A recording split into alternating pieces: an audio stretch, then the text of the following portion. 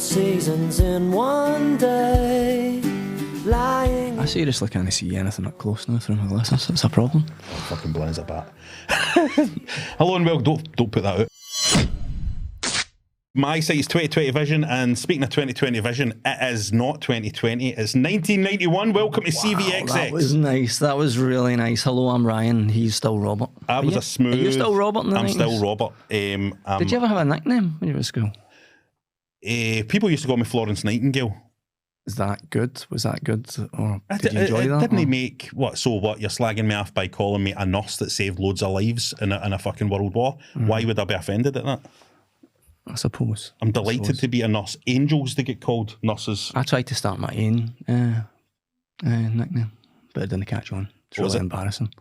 I think it was something like Aldo or something like that. I don't know. Why would it be Aldo, though? I don't know. Because that's somebody called Alan or something, or Alec, is it no? I can't mind. So I must have saw something. But anyway, it didn't catch on. Didn't catch on. Rido caught on though, didn't it? You still get occasionally get called Rido, didn't they? Didn't you? Rido, right. Right, well, welcome. It's 1991. We're in the 90s now. And Ryan, one thing occurred to me when I started exploring what happened in the 1991s. One means one. 1991. What a year. Particularly, I would say, for video games and for music. It's the touch paper has been lit. That's the saying, isn't it? So it's all blowing up. What colour of touch paper? The blue touch paper has been lit, mate.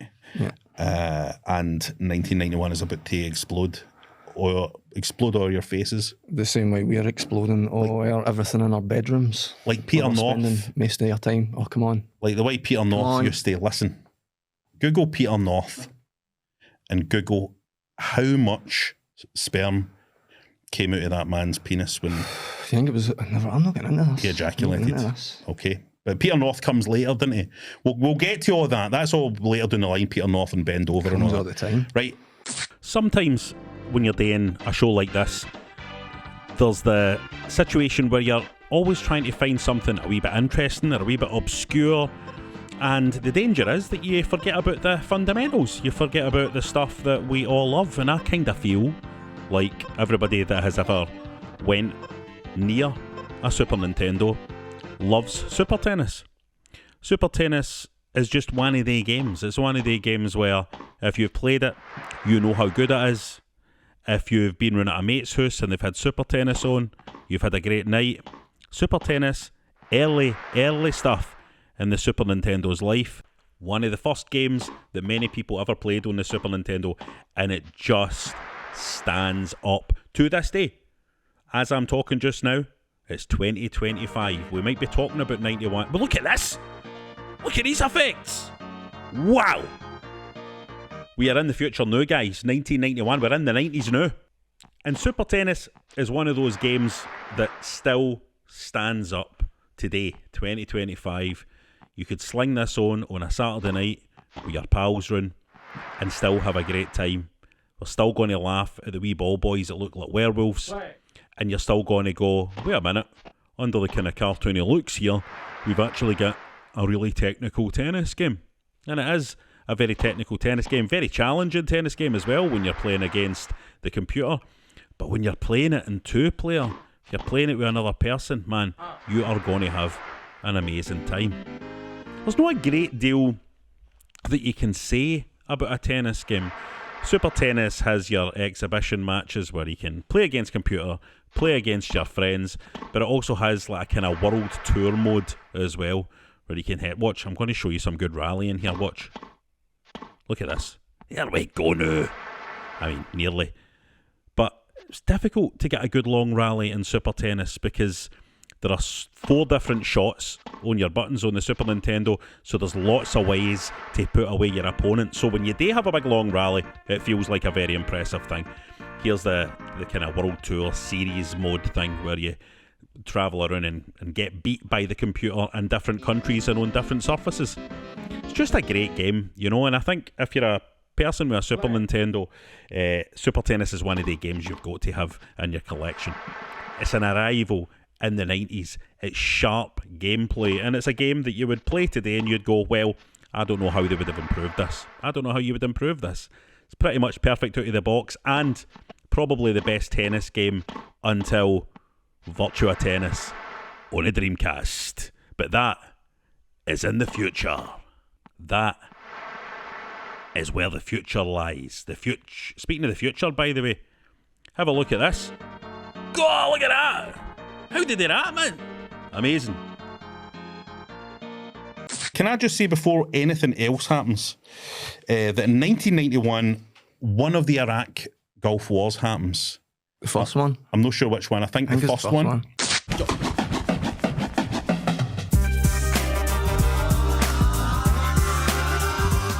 It looked like the Iraqis were pointing their guns in one direction, and the U.S. had come up from behind them possibly. They didn't even know they'd been hit. Tanks and bodies everywhere. Total devastation. We saw many Iraqi bodies and many more Iraqi tanks. From what I've seen, there was just total devastation. And what wasn't dead or devastated was walking along the road giving us peace signs. The Iraqi army giving us peace signs, thumbs up all the way.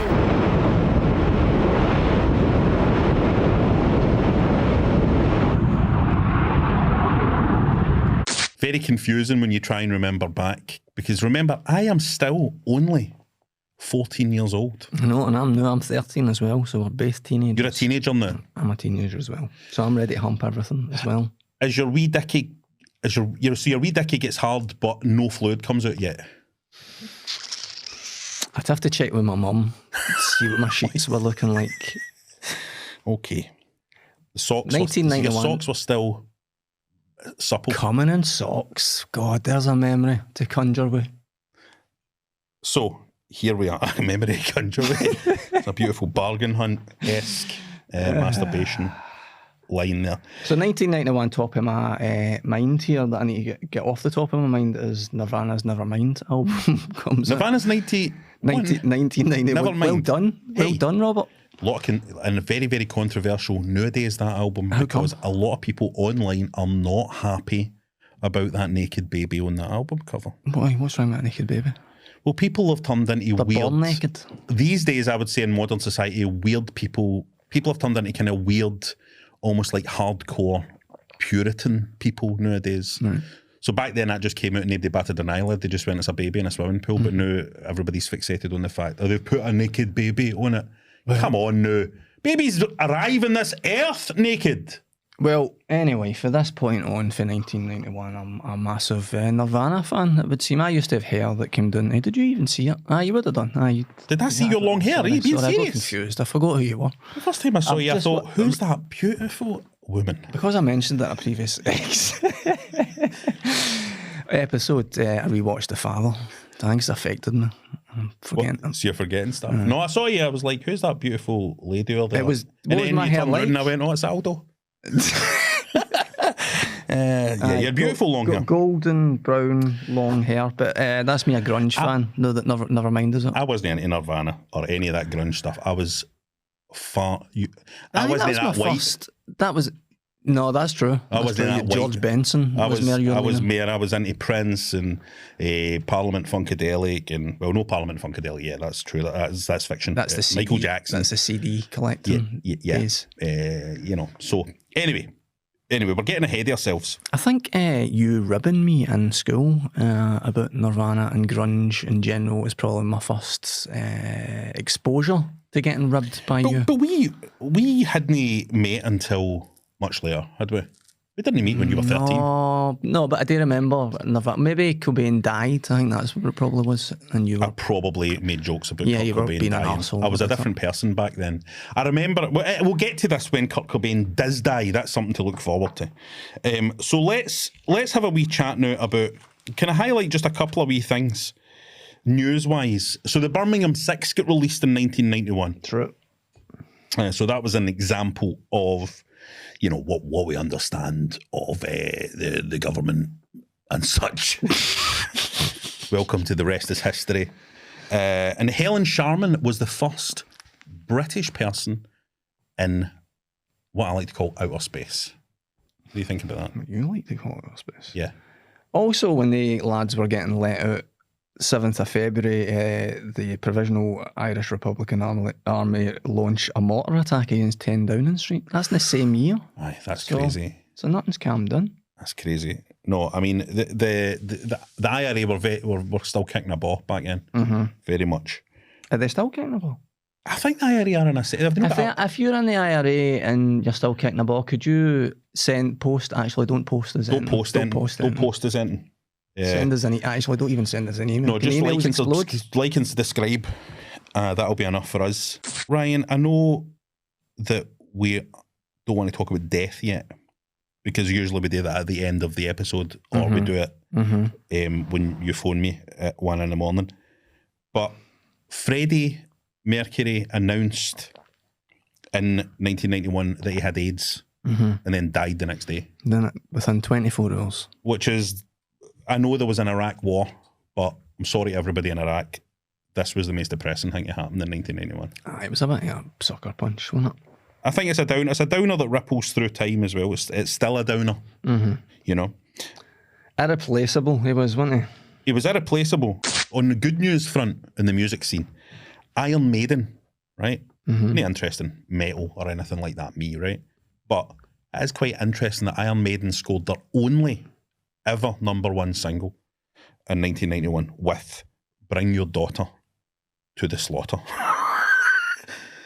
You know what I mean?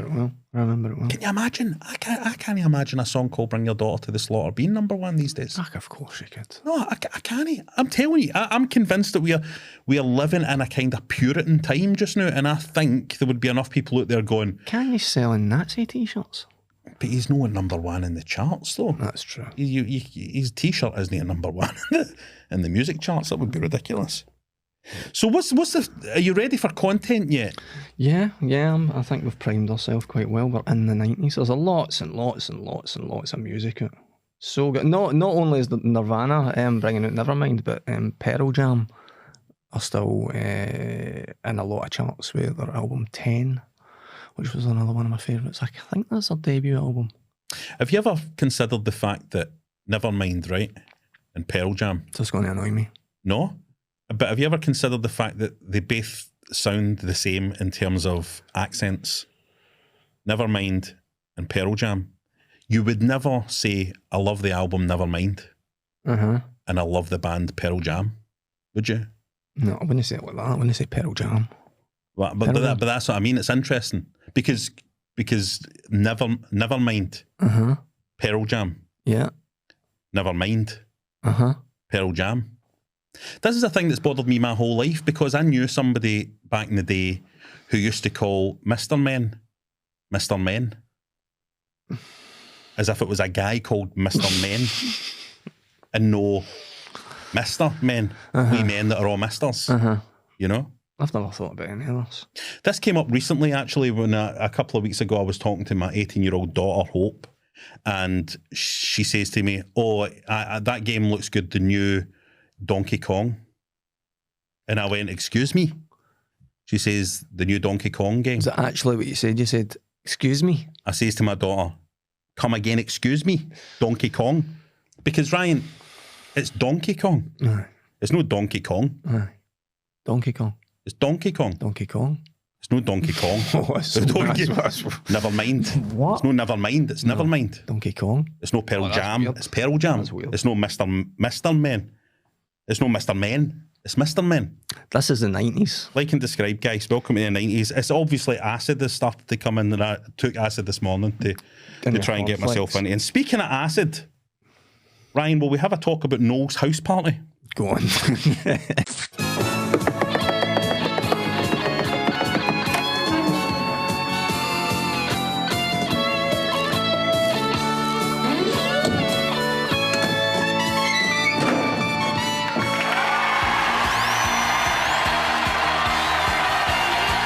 So Noel Edmonds, for anybody who doesn't know out there, is I would say a legendary British broadcaster. No, he's clean Edmonds, isn't he? Clean as far as we know. Well, he's clean is a whistle, and in the way that a lot of broadcasters for that time are not. But I would say he's unclean in other areas, and just in terms of certain beliefs. And we'll come back to Noel Edmonds later in the show when we're talking about another broadcaster. But this is an episode that's very much about British broadcasters, I think. Something's just popped into my mind. I need to mention it before it goes away again. I just remembered that Noel Edmonds had an argument with a load of banks, didn't he, a few years ago? Oh, yeah. He had an argument with a load of banks, but he said, I remember I downloaded the app that he released, which was a radio station, which was basically, there were some songs in it, but there was a lot of links for Noel Edmonds going, these banks are rubbish. I can't even remember which banks it was, Barclays, whatever. All these are evil bastards and stuff like that. Because I don't know what happened. Did take his money for some reason? No, listen, we'll get to Noel Edmonds. We'll get to Noel I'm glad Edmonds, we're getting to that. Right, so Noel's House Party was a Saturday night prime time live TV show that was presented by Noel Edmonds, who was a legendary UK DJ, really, but also TV presenter.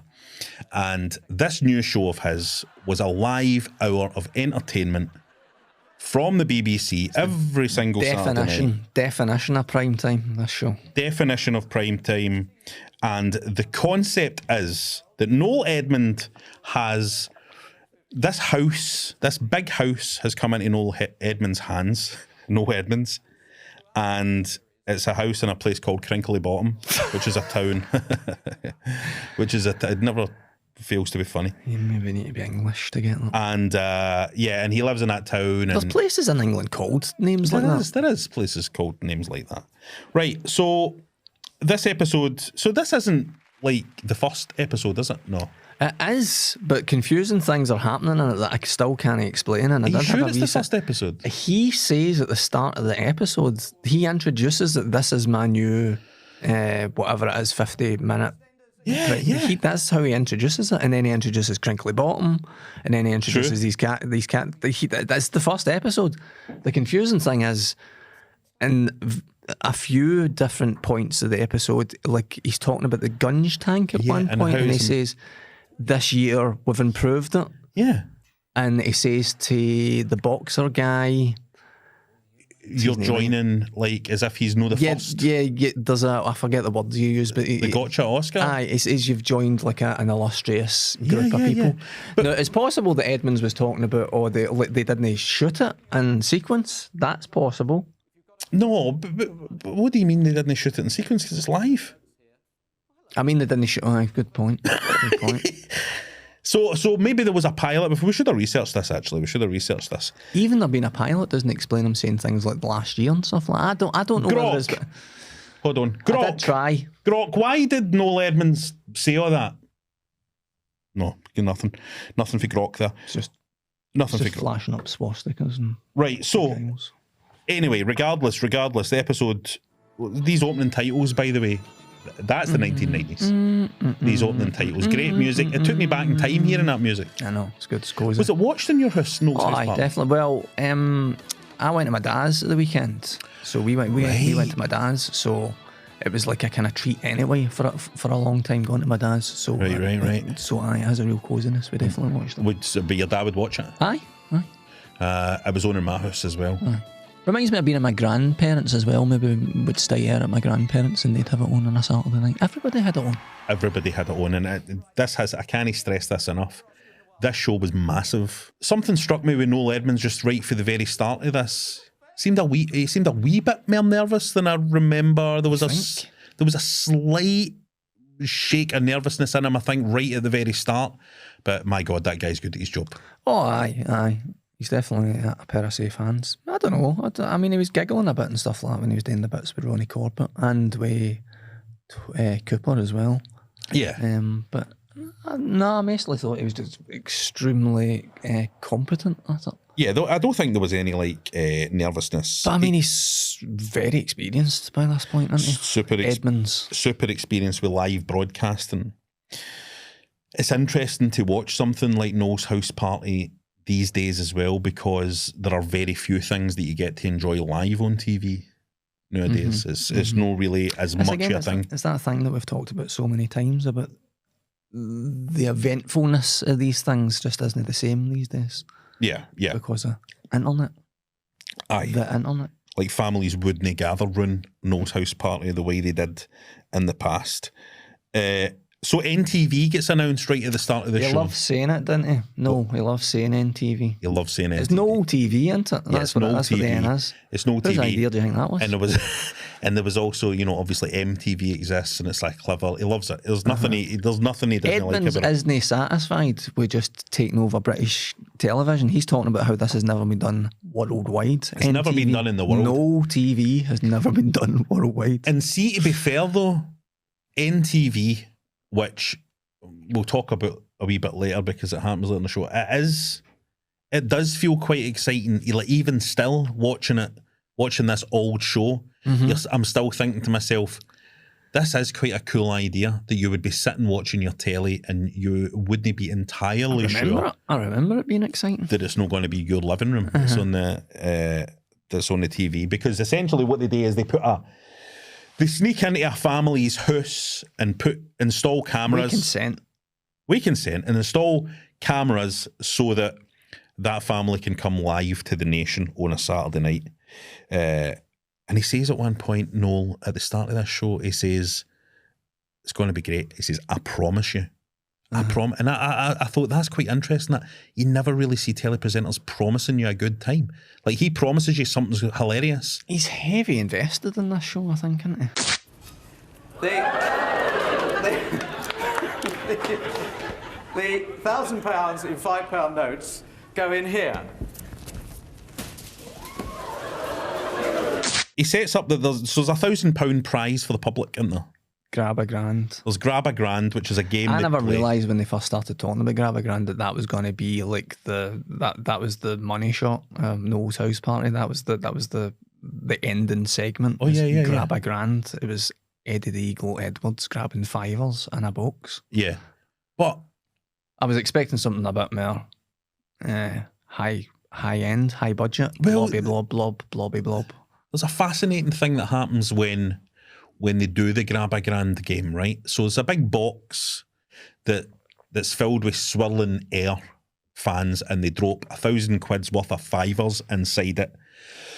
And they demonstrate this initially by having a Marilyn Monroe lookalike in the box at the start, and her skirt blows up. Such a BBC, right? Dripping with BBC ideas. Yeah, 100%. And then when Eddie the Eagle comes on at the end of the show to do Grab a Grand for a member of the public, Noel says, "Oh, you've been in the paper recently because you've had money struggles." He's been in the news recently, if you believe the tabloid newspapers, because he's a bit short of a few bob, so I think he's a great sport to come on. Eddie the Eagle Edwards!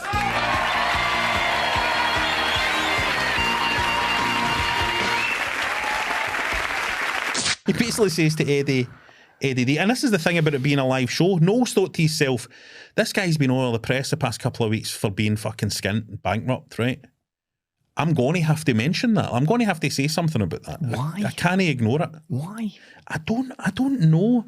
There's a strange vibe about Noel's house party. Even in the first game, which is a game called the Lyrics game, I don't know if Letitia Dean from EastEnders was meant to be involved in that. But Noel says at the end, well, she was. She had diarrhea or something. And she's been she? replaced. Aye. But Noel says, Letitia was unwell this morning and we hope. That was another point where I was like, you didn't have to. You didn't have to say that. I know, but I wonder to myself, are these calculated attempts by Noel Edmonds to create in the audience a sense that this is a TV show that's different from every other TV show? We're present in the moment, we're live, we're coming into your living room, we're going to create a relationship that no other TV show has ever had with people, which is, I'm going to talk about the fact that Eddie the Eagle's been in the papers with his money problems. We're going to talk about the fact that Letitia Dean had the skitters this morning. We're going to come into your living room, we're going to talk to your children, we're going to that kind of stuff. Is there a calculated, what other fucking podcast would be talking about this, by the way? This is incredible. Is it a calculated attempt? Is it all calculated by Noel Edmonds to say, this is a different TV show to audience relationship we are establishing here? I think so. Aye. There's a bit, aye. The lines are blurring a bit. So I think it's TV changing as well. It's the 90s, remember. It's, so they're playing with formats and stuff like that. They're playing with formats, they're testing the boundaries. There's even things like to take part in the Grab a Grand thing, the question you get asked as a member of the public is this: how many Johns are in the audience? How many guys named John are in the audience? So even the question involves the audience, because at the end he goes, everybody called John, stand up. So they're like involved. It's almost like, let's get everybody involved in everything. And by the way, And he also interacts again after they ask that question, like maybe another 10 minutes passing the show, and then there's an update film where he says that people are calling in with too many Johns. yeah, too many Johns. People are guessing too many Johns, so bring the Johns down a bit if you want to stand a chance. By the way, I did clock how much it was costing, 36 pence a minute. They're only getting, maximum you can win is £1,000. They've got millions of people watching this show. 36 pence a minute. Oh, you better fucking believe Edmonds is... You better believe it. I was thinking that myself. But also I was thinking about the fact that when he picked the winner of Grab a Grand, he shows a screen with all the names scrolling by, right? Mm-hmm. And then presses a button to stop on the winner, right? And I thought to myself, why are they showing this? Because they could have just went, and our winner is blah, blah, blah, and go to it. But everything's so fucking cleverly crafted. He's went, people are going to see their names on the screen.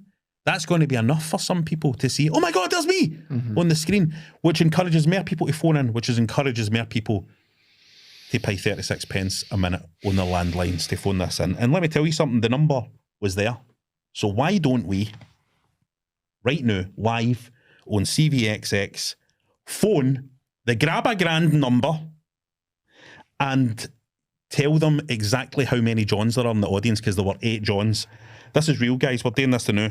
I think Noel's going to answer. 0898 404 Fucking 0898 number. 505. Greedy bastards. Here we go, man. right? So I'm going to phone this number, and whoever answers, I'm going to tell them there are 8 Johns in the audience. Okay? So let me do this. I was actually watching, this is, You've dialed an incorrect number. Please check you the must have done number it and wrong. try again. You must have done it wrong. I'll try again. I was thinking when I was watching the NTV intro and he was explaining the premise, I was thinking, because you know AI exists now in the present time, we're nowhere near that in 1991, but AI exists now, so you don't really know what's real anymore. So I was thinking, watching the NTV intro, imagine it worked through time as well. Imagine Edmonds for 1991 is going, Had we're going found a way to do that. But it comes to me watching it on YouTube. Oh, that would be... That's a fucking great idea for something, by the way. Mm-hmm. I don't know what that is. That's like Black Mirror. Getting that sent to Charlie Brooker, by the way. Edmonds coming at you through time. Please check the number. That's so fucking depressing, man, that number doesn't even exist. That format of a number doesn't even exist or anything. But it's probably still cost you money to go to phone that. Edmonds is probably still... He's got to be pinging his phone. Were you phoning He's that? on that app. On that fucking mad app. Tosh for the Bill is in this episode. I'm sure it's the first episode. I'd forgot Tosh for the Bill even existed. I know, he was a thing, wasn't he? Did you hear the cheer he got? He got big. What a pop he got. It was like fucking Stone Cold Steve Austin turning up. And his bit was rotten, wasn't it? He didn't seem like he'd rehearsed very well. No. I forgot the crinkly bottom was his, I can't imagine how he managed to forget that word, but he forgot the word crinkly bottom and had to be given a line by Edmonds. Yeah, Crinkly Green or something they called it, something like that. Well, I'm from the Crinkly Green Constabulary, sir. Crinkly Red Constabulary. Crinkly bottom. Crinkly Bottom Constabulary. Can I say that I've got a wee even bit of a get problem with the crinkly. lyrics game that they played? So the lyrics game is a pretty cool idea. So what they say is, how it goes is, they start a song, don't they? And then you buzz in and sing the rest of it. Mm-hmm. And however many words in succession you get right, that's how many points you get, right? Yeah. But they played YMCA, and they counted each letter of YMCA as an individual word. A point per letter. YMCA that's no 4 words, that's fucking 4 letters. It's no controversial me saying that, because it's literally fucking letters. YMCA. How can you call them words? No. Well, I think I'm not as annoyed by it because when Edmonds decides to show the card to the team to help them cheat, I mean, they'd already lost, so it didn't really matter, but when he did that, the whole integrity of that section fell apart, true. I thought. So he fucked up. There was a wee hangover for the 1980s in this episode of this very 1990s TV show, was when a mum and daughter came on, And it was a kind of 1980s-ish kind of sexy bird that brought them on. Did you notice this? Aye. She had a wee skirt on and stuff like that, and I thought to myself, wow, right, that doesn't last until the next series. That was an odd moment. That was like a hangover for the 80s there, which I find fascinating in the early 90s. Well, you've got a variety show. What do you need? Bit of totty. And you need a wee bird on. Now, so the reason this mum and daughter came on, Ryan, was the daughter thought she was on because... Mum's a bitch, that's why. Because her mum's a fucking rat. Mum's a witch. The daughter thought she was on something to do with her dog or something, or... I forget what she said. She was on under false pretenses anyway, but actually her ma wanted her to come on because she'd been doing her ma's boxing with fucking about with her hair and spending and turning, being noisy with the hairdryer and all that. The ma was basically being an old... Looking good like a tart. I don't look fucking good, don't... And she... Obviously the ma's hit that age where she's starting to feel like she's invisible to members of the opposite sex, and her resentment is coming out in the fact she looks at her daughter and she's like, I want you covered in gunge. She's... I'm sorry, she's sitting... Oh my God. I just coughed on a thing that's gone out to an audience, which means I'm going to die. That's what happens, isn't it? When somebody coughs in a telly show, it means they die in the next scene. Could be. She's looking at her daughter and she's going, I want you covered in gunge. Can you mind how it came up that the lassie didn't have knickers on? I do remember what happened. She said the ma grassed her daughter up for something like forgetting her knickers or something like that, right? Something to do with her knickers. And Noel says, we could stick you in there. Have you got them on the day? Have you got them on the day? He's on it like that. Yeah. Straight on it. The fucking BBC. As soon as it's on his mind, it's out his mouth. The BBC gene. The BBC gene kicks in and he's like, have you any problems with that today, darling? If Charlotte goes away, she often forgets her underwear. You're okay tonight, are you? Yeah. Good. But, I mean, I could pop you in the money box and prove it. And then she says, oh no, I've got them on the day. And she says, aye, like you said, I could stick you in the box. Like put you in the money box and blow your skirt up. Fucking skirt up. Have a look if you've got any knickers on. I could see your fanny. Saturday night. Saturday night. Fucking prime. In front of your fucking ma. What's her ma's reaction to that? Is it, no, you dirty bastard. Don't fucking make illusions like that about my daughter. No, it's cover her in gunge. Puts her in the... as well. You look... Laughed. He says... Edmonds... Never mind. Let's not go too far. He says, you look absolutely attractive. Imagine they did put her in the... I know, that was bizarre, You look absolutely attractive. It was really a strange choice of words. You look absolutely attractive. You have an adequate amount of As if he was going to say something else, you look absolutely... As if it was... And then he went, oh, fuck, I'm on the telly.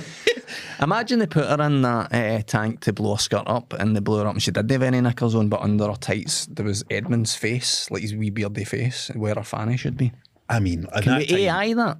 In that time, people, right, listen, women weren't as shaven down there back then. They just weren't. A lot of them had a wee landing strip or something, but they weren't as shaven down there back then. So I would say most women looked a bit Noel Edmonds under the undercover, you know. Undercover. Yeah, I think it looks as if you worry about your hair and you look absolutely attractive. That's what you used to say. Did you get your Noel last night? People used to say. A Noel's a Noel. Anyway, they fucking gunged her. They stuck her in the gunge tank. And let me tell you something. I said the gunge tank, he says, is very ornate this year. Yeah, I don't know what that's about. I don't know about that. Ryan, they're not messing about with this gunge, are they? How do you mean? Because I kind of thought, well, there's the container above it with the amount of gunge in it. So that's going to fall on her head. There was a fucking lot of gunge came on her head, wasn't it? Aye. It was a lot. It was a lot. Noel makes an acid house party joke at one point. I thought that was quite interesting. That's a wee signifier of the 90s as well. So obviously Noel knows what's happening in the wider cultural... He's read it in a paper. He's read it in the Daily Mail. Yeah, he's across it. Then they do a segment where it's about Noel talking to Wayne. They get the parents on. Fucking weirdest parents you've ever seen. Really, it's like they were drawn by Gary Larson or something. And such an odd match. Yeah, they like for different different times. No offence to this couple, but they look like they'd fucking knocked that one. They looked like you know what they looked like. You remember the show Threads that we watched? Yeah. Remember after the apocalypse, when everything all fell apart, and there was like these kind of troll people that didn't speak English. They looked a bit like that. I thought you were going to say she looked a bit like a kind of woman who might pished in her legs. So basically, in this segment, Noel has an annoying Wayne on. Wayne's talking a lot of shite. Aye, they just film a Wayne talking all the rubbish, don't they? Saying stuff that most of the time my parent would be standing next to going, aye, okay, whatever. Aye, very interesting. I wrote down here that it wouldn't fly these days, this segment. You wouldn't do this nowadays. No. Not that there's anything off about it or anything like that, but you just wouldn't have a Wayne talking about her sister took a photo of her while she was washing her bum or something. Aye. And then the mum said, oh, we didn't print that photo. That's the fucking past, innit? We didn't send that one to the print place. And no went, why were you in it as well? Edmund was right on it. He's no Cam Dunn for the previous segment. Straight on it. Were you in it? Was your fanny in it as well? Was your Hugo knickers on? We could stick you in the... We're absolutely attractive knickers. You didn't have the film process? Why, were you on it as well? Anyway, the wee Wayne talked a lot of shit. The dad acted like a fucking weirdo. The ma was, I don't know where she was faced. She was like, I don't know what was going on there. Like she should have been in an episode of the Clangers or something. There's a remarkably small amount of people I would want to have sexual intercourse with on this show, I would say. Right. Until Ronnie Corbett turns up. You'd have sex with Ronnie Corbett? Listen, I love fucking Ronnie Corbett. Sadly, Ronnie Corbett is no longer kicking a ball. When you look at the performances, let's call them performances, that the rest of the guests that are coming onto this show, and you compare it to how on the ball how precise Corbett is in his bit. Corbett. But obviously he's going to be, because how long's he been doing it by this point? Decades and decades and decades. Corbett is fucking fantastic. He comes in, he does his bit, he's hitting out with the lines, he's playing a butler. He's essentially Noel's butler, right? And he comes in and he's doing all his bit and all that, but he's also aware it's a live thing, so there's like wee fluffs and he's playing about with the fact that it's live and all. Just a master of the craft. Noel's falling apart, basically. Noel can't handle it. He says it. I actually burst out laughing during this bit at the line where Ronnie Corbett says about his grandfather was a small man as well. He says he was one of few people who's ever been up a vacuum cleaner. which really made me laugh. Anyway, I fucking loved the bit. I was like, don't leave Ronnie Corbett. But they did a whole bit, didn't they? And this is what I was thinking when I was watching this. So I was going, they've just done a whole like kind of, there's a sketch, there's like a comedy bit scene. They've just fucking done it. There's nobody been going, they've not had any notes for upstairs saying, well, I think, some people might not like this bit, they might turn over or what. They've just kind of, we're doing this now. We're going to do a comedy bit now. We've got Ronnie Corbett in. It's going to be fine. It's going to be good. There's a bit I laughed at where Ronnie was talking about having had a tiff with his wife. And they said, so stupid. See, a bit of name calling went on. So I was up the stairs in the attic getting my birth certificate.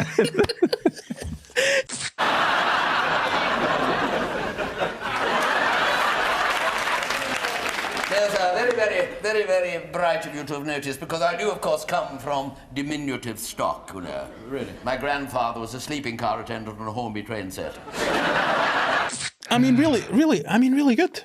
He was talking about the different jobs that he'd had in the house all the years. He said he was the lift boy and the dumbwaiter. Yep. Yeah. Funny. Very funny. Funny. Listen, just the funny lines. And then NTV. Some of the backstory that they're hitting it with about the crinkly bottom or the house history and the family history and stuff like that. I was like, this is quite plot heavy for Saturday night entertainment. This is the thing as well. Like, I feel like TV has been stripped of so much ambition nowadays that I feel if you try to do mainstream primetime TV, you look at mainstream primetime TV shows nowadays, and it's kind of like game shows that are off surface that have nothing going on really. They're no personalised. Like They're no this. personalised. There's no lore. It's almost like There's no any lore. I mean, I suppose there's content that exists separately for TV now, but I feel as if like TV, even through the 90s, possibly went through that period that become more and more personalised. I'm thinking like Chris Evans shows and things like that, where it became obvious that it was them making their stuff. Aye. But aye, it's not like that now. It's going to be interesting, I think, to look at TV in the 1990s, because I genuinely was starting to think to myself, could the 90s actually have been the best period of certainly entertainment on TV? Because I think light entertainment and stuff like that on TV now is just, there's nothing I'm excited to watch. I don't really know. You know? I don't really even check it. Anyway, he does NTV, he goes to a family's all crowded round the telly. It's a lovely wee bit. Nothing has to happen in that bit because the concept itself is so cool. Nothing really does happen. Nothing really does happen. Noel's making jokes about I thought they were going to make her sing or something like that, but they didn't. They just showed an. They showed a wee bit of home video and stuff. Anyway, she was mortified. I enjoyed the guy on the couch to the left-hand side chugging a big tin of beer. Fucking fair play him. Now, Ryan, there is another very 1990s thing that happens here, though. We're going to the pub. Which made me think of the decline of TV in the 1990s that leads to... You've made the same link as I have. A specific show, yeah. A specific thing that we will get to in time. I've written it down. And I'm excited to get to it. But Noel Edmonds goes suddenly in a pub, and they've suddenly got this location footage that they've shot somewhere in some pub with two members of the public who are a couple who look petrified, frankly, to be there, like they don't want to be there. And what follows is what I could only describe in the modern parlance, as Cat Williams has described, as a humiliation ritual happens in this pub. Yeah. Where Noel Edmonds subjects these people. They've spent all this money on the gunge tank and they've upgraded the gunge tank, stuff like that. And we cut to this segment in a pub, and the segment is literally Edmonds, two guests, and a couple of buckets or basins. A couple of plastic basins with custard in it. Custard in it, and then like jam. Sweets. And then like, hundreds sweet and thousands. sprinkles. I did write down at one point that it actually looks alright.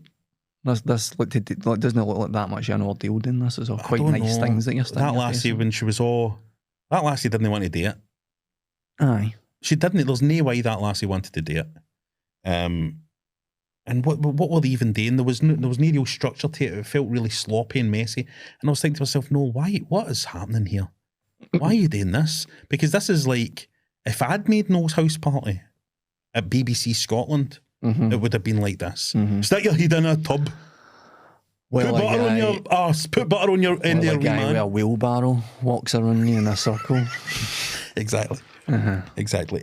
The name of the pub that they were in, he kept repeating it, is the List and Newt pub. Yeah. But I don't know what that means. It must be an English thing. Is it a kind of pissed as a newt kind of joke? List and Newt, maybe. I think it was that kind of thing. I don't get it. By the way, fair play to Neil Pollock for Glasgow, who almost got on to grab a grand. His name came up on the thing. That was nice one, mate. Nice one, Neil Pollock. If you're out there, Neil Pollock, gives a shout. The end of that pub segment, by the way, was Noel gone, there's nothing you can say after that. Oh, and he was right. And that's how it ends. It's just him going, there's nothing you can say. As two members of the public are sitting there with their faces all covered in jam and feathers.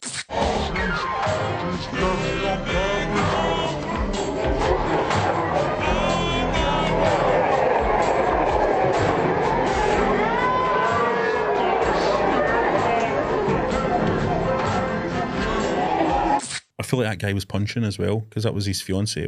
Yeah, definitely, for sure. Big for sure. Big Henry Cooper. No, I hadn't even thought about Big Henry Cooper for many years. There's no kicking a ball anymore, sadly. I hadn't thought about Big Henry Cooper for many years, but I remember now that I used to enjoy seeing Big Henry Cooper on the telly. He's a what is he, like a taming presence? He's a reassuring. He's a big presence. gentleman. Aye. He's a big old school gentleman. He was a man who knocked down Muhammad Ali. Controversial kind of match. Muhammad Ali eventually stopped him with a cut to his eye. But, you know, a lot of people thought Big Henry nearly got Ali, by the way. But he was a a kind of constant TV personality back in the days, like on all the game shows. Like Nicholas Parsons. Remember we were talking about Nicholas Parsons and Doctor Who, very like that. He would be on game shows. He'd be, you know, because he was a nice big guy, safe pair of hands. And I think that comes across. He's a nice big guy in this gotcha thing where they just invite Henry Cooper to a golf thing and then fucking annoy him. Aye, I've literally written down annoying. This was what the experience is. It's no even like, it's no like laugh out loud. Well, it's not like a Beatles about funny like stunt setup. It's just let's fucking annoy somebody. Let's get on his tits. Now this might be a bad example of a gotcha. And if you're going to get on somebody's tits, who do you want to hire for the day? And here, trendy as ever, Henry Cooper to play. Keith, how are you? I'm caddying for you today, Henry. Oh, well done. Sorry. You've got some metal or something in your pocket. I've got a hell of a sound. Cheggers. Keith Cheggers. But who again are also no kicking a ball anymore. That's true. I never thought of that actually. That's sad. So Cheggers is away, but he's there. I don't really know why he's there. He's there just kind of giggling and stuff. He's there to make it look more real that it's a TV show they're filming that he's presenting. Because Cheggers presented everything back then. Aye. So I've just wrote here basically in my notes, made a cunt of him. They made a cunt of Henry Cooper. They should. I would have asked that they didn't include the bit where Henry Cooper, because you see Noel Edmonds basically dressed as a murderer or something, roaming The about. Yorkshire Ripper he's dressed as. Aye, in the background, and Henry Cooper says that he's seen him before on the course. So, yeah, he's like, it's only the second time I've seen him, but he does hang about. With Noel Edmonds dressed as a Yorkshire Ripper. You've seen him before, have you? That was a weird bit. I think you're punch drunk, mate. So anyway, they made, and it's not a great bit, is it? Really, the segment, it's not a great segment, but I did really enjoy the moment when they have a moment where a guy comes on with an antique golf ball that's supposedly worth £5,000, which probably translates now to about £50,000. Yeah. And they ask Henry Cooper to putt the old golf ball, but he putts the golf ball. And they've obviously got some kind of device installed or something like that, and he walks out to pick up the golf ball out of the hole and it's no there. I'm just that moment of him going, what the fuck? The moment he looks in his pocket for it. Aye. That's great. It's like I'm punch drunk, he's like, I'm punchy, and it's in here somewhere. So that's a nice. But he was also, he's on to them. He's the three people that sing blues to it. It's like they're all at it. They're all on it. Brilliant. Well, sir, I think you better put that. What's that there?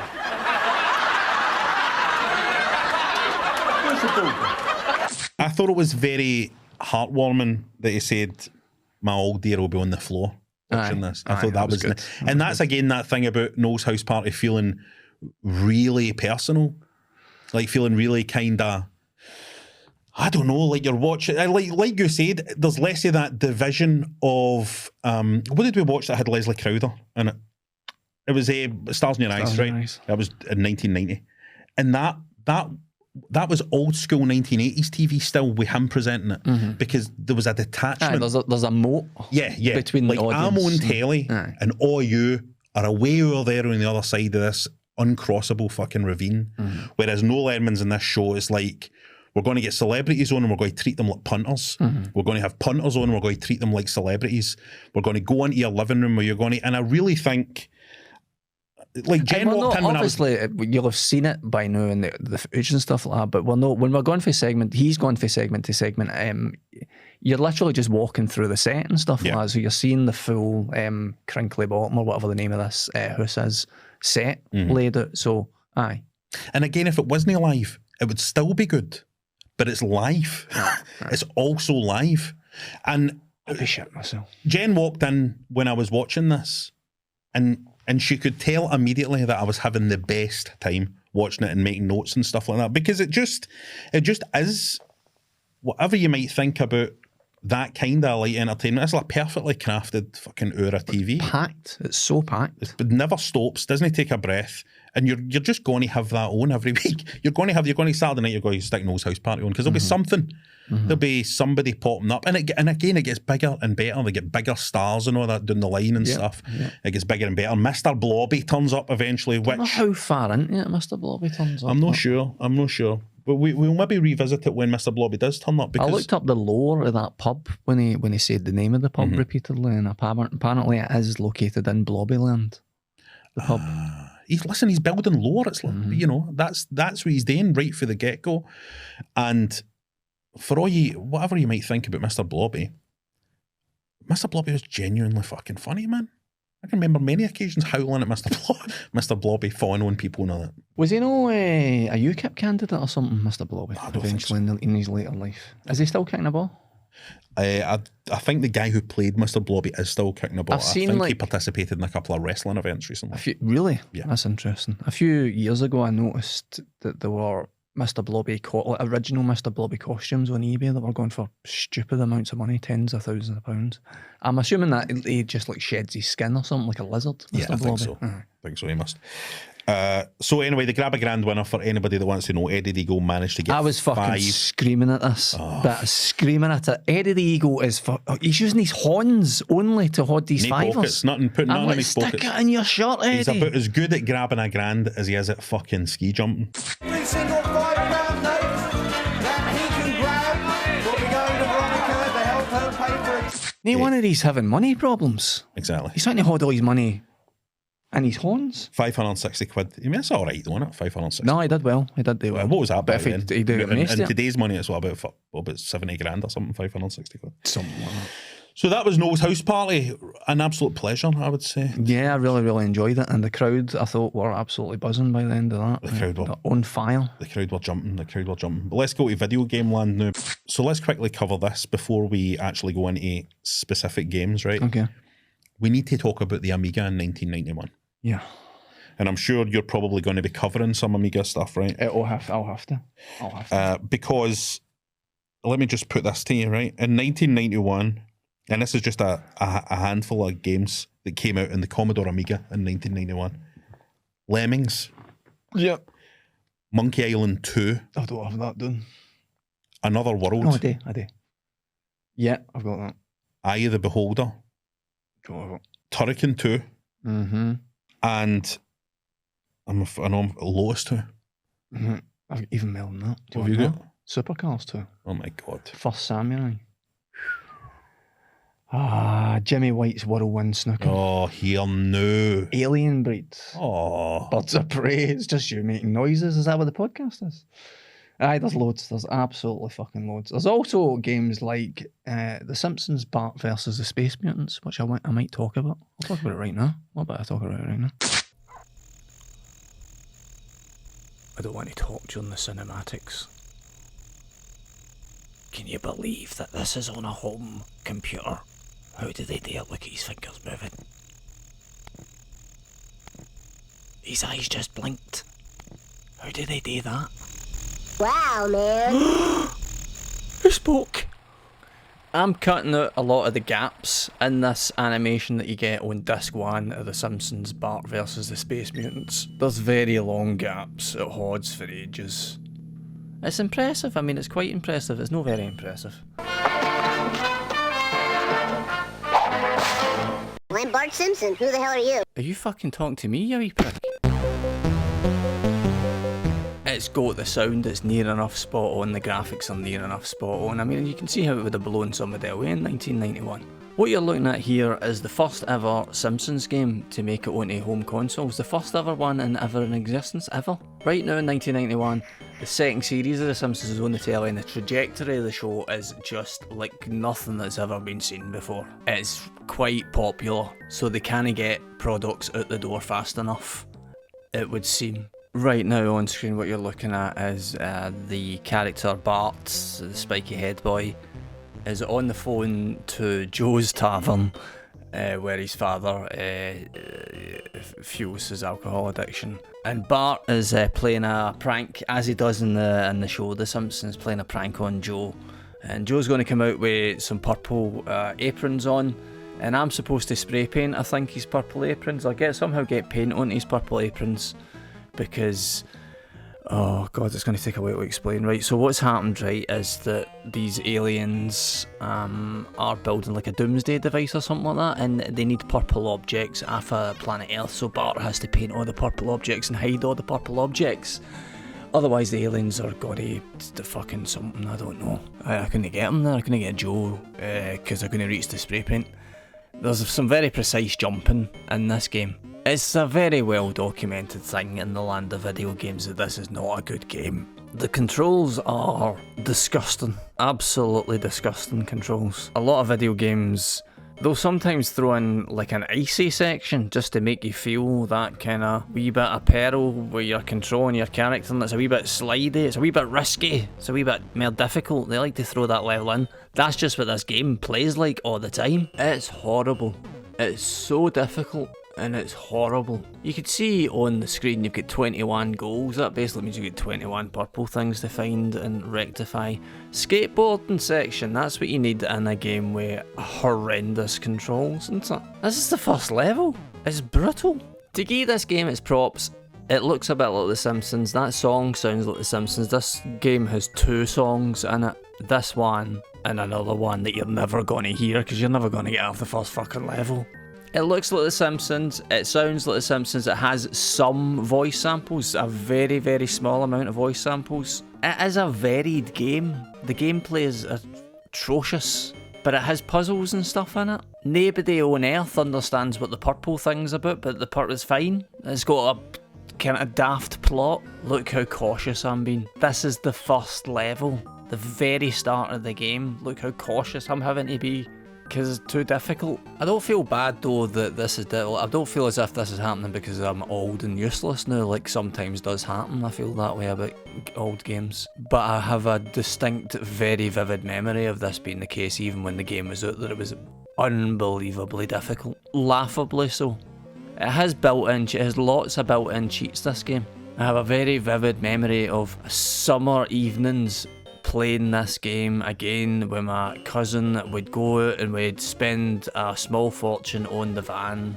By a small fortune I mean like probably like £1 or £1.50 on sweeties and ginger, and we'd sit with a cheat on playing this game, still unable to complete the game.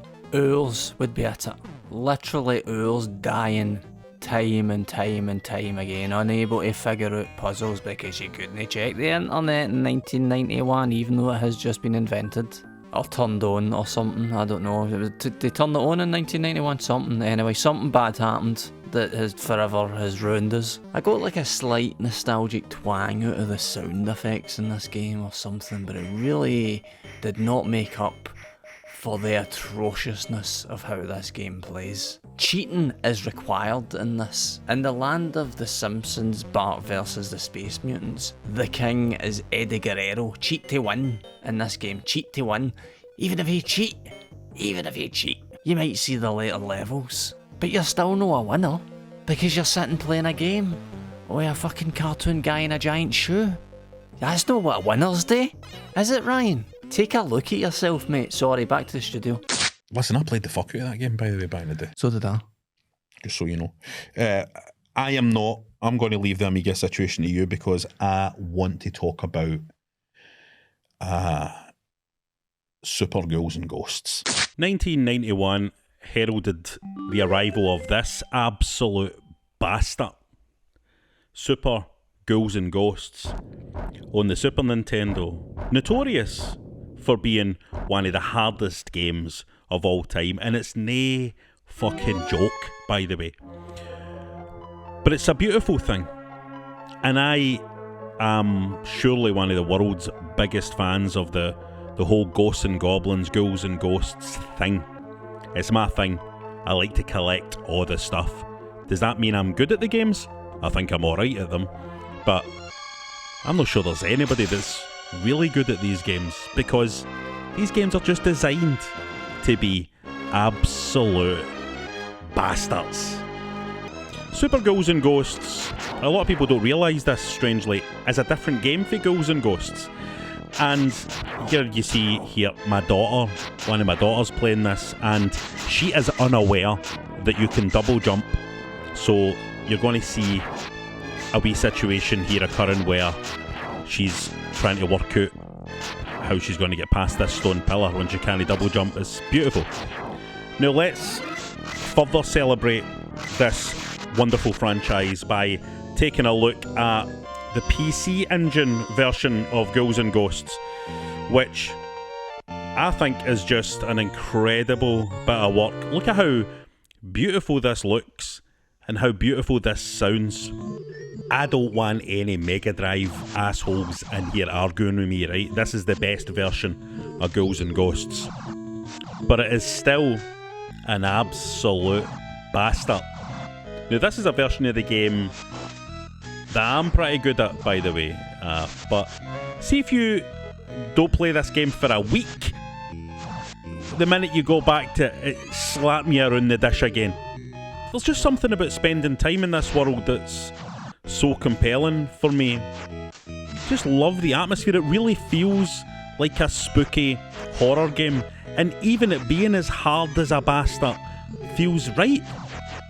And whether you're playing this in the arcade or on the PC Engine or you're playing it on the Mega Drive, it's all good, baby.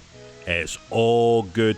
Although I do have to say the PC Engine definitely has the best cover as well. I mean, just look at this. That's gorgeous.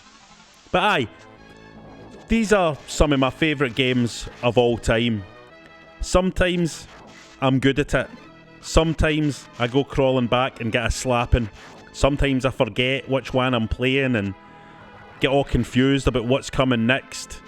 It fucking hates me. But I fucking love it. I love you.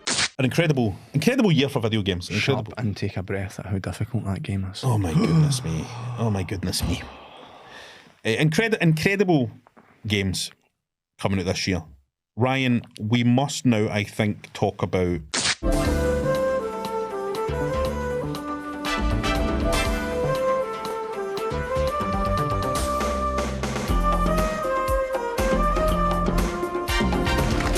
Speaking of brilliant broadcasters, there is a broadcaster, I think, who is even better than Noel Edmonds, if that can be believed.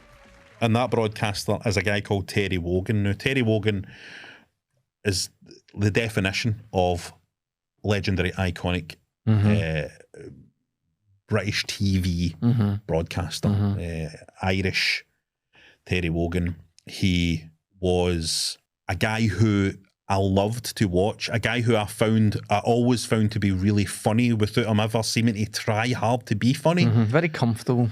Very comfortable. Very warm, and just an absolute pro. And like a legend to broadcasters as well. Like I remember when Terry Wogan died, sadly no kicking a boy anymore. I remember how Chris Evans was it was like his dad died or something, the way Chris Evans was reacting to it, because he was just so respected and so important, and obviously just such a nice guy as well, a good guy. I think Terry Wogan being a good guy comes across in this interview. I remember it worse. I remember it way worse. What are we talking about here? Now, important to point out that unfortunately we did try to get the entire episode of what we're talking about. You said his name yet? Mm-mm. You gotta say his name. Oh, I'm not saying it. Wogan. That was me trying to do a Wogan impression there. Wogan is interviewing, and I don't want, can I just say, let's get this. I'm saying this right now. When we cover this, we had to cover this. I don't want any, I see all you mob out there. Calm down. I don't want any of your fucking shite. I don't want any abuse. I don't want any of the pressures. Guffed have got a massive infrastructure protecting us here as we talk about Terry Wogan's interview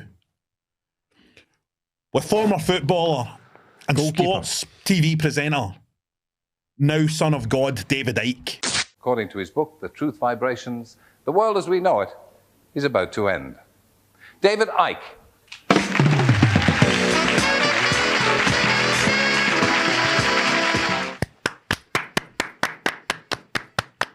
So on comes David Icke with his fucking hair and his turquoise. Love it. Tracky. Love it. Fucking shell suit. He's wearing a shell suit on the telly. Like you say, I do remember it far worse than... I remember Wogan... I remember Wogan in my head like, well, Wogan ripping the piss at him. Rip the piss at him. Making faces and stuff, but he's no. He's not. Wogan... It's interesting this actually... lets it breathe. To give people context, when Wogan has David Icke on this show in 1991, David Icke has already been in the press talking about how he is the son of God, talking about how the world is going to face these cataclysms. He's predicting these cataclysms for the world, and talking about, you know, a lot of unorthodox stuff, I would say. And Terry Wogan, I think, has got David Icke onto the programme, and this is all about the professionalism of Terry Wogan, I think. He is talking to him as, you're a former colleague, a former fellow broadcaster. Mm-hmm. I'm going to give you the opportunity to speak to the audience. It is not what I'd kind of misremembered it as, which is, let's get David Icke on and laugh at him. No, the audience laughs at him. Yeah. But anyway, take it away, Ryan. No, it's that. I think it's that moment that Wogan, because he really doesn't say much. It's one of the notes I've made is that I'm glad that Wogan isn't interrupting too much. But there's that moment where he says the crowd are laughing at you. I remember him saying that in a different way and with a different tone. They're laughing at you. They're not laughing with you. Fine.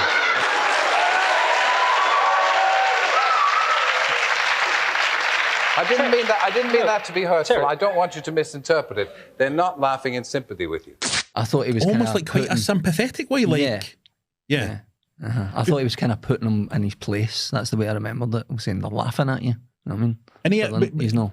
So what David Icke is saying on this show, because I wish he had asked more questions about what I always wish about David Icke is I wish they'd asked more questions about what actually happened.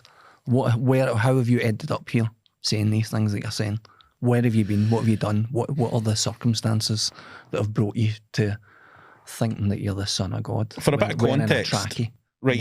He's written a book already, hasn't he, called The Truth Vibrations, I think. Yeah, he's already written. I don't know if that's his first, because he's written so many. It could be his I think it was his fifth or first. sixth, maybe it is. He's there in his shell suit, which is turquoise because that's the colour of love and wisdom.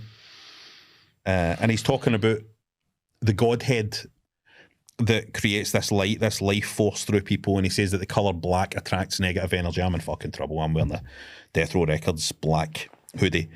And Wogan, it's interesting because Wogan does go, well, you're not saying much for priests and nuns there who wear black. Mm-hmm. You know, the crowd are laughing. The crowd are liking, the crowd are wanting Wogan to go for him, I think. Aye.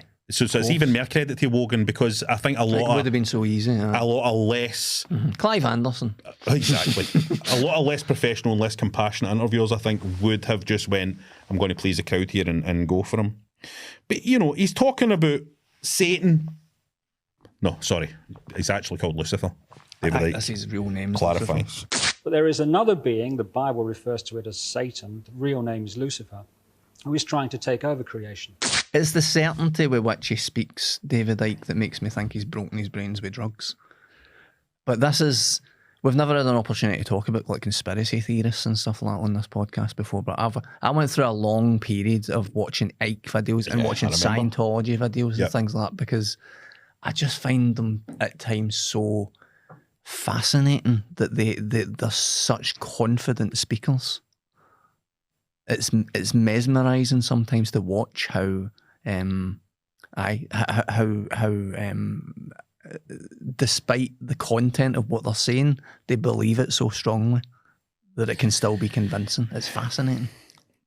What's interesting about David Icke when you watch this interview is you cannot argue against a great deal of what he's saying.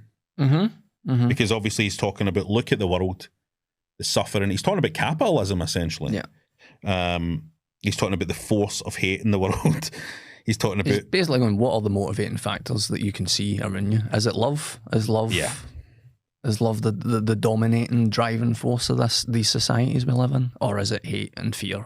Yeah, he kind of says to the audience, survey the world and tell me if I'm, basically tell me if I'm talking shite. I like how at one point he says, this is how telepathy works, by the way. He just says...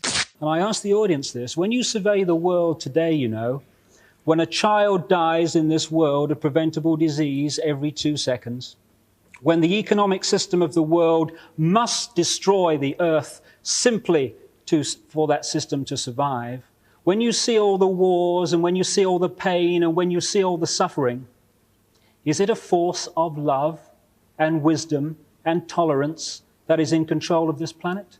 Or is it a force that wishes to bring about the very hate, the very aggression, the very suffering?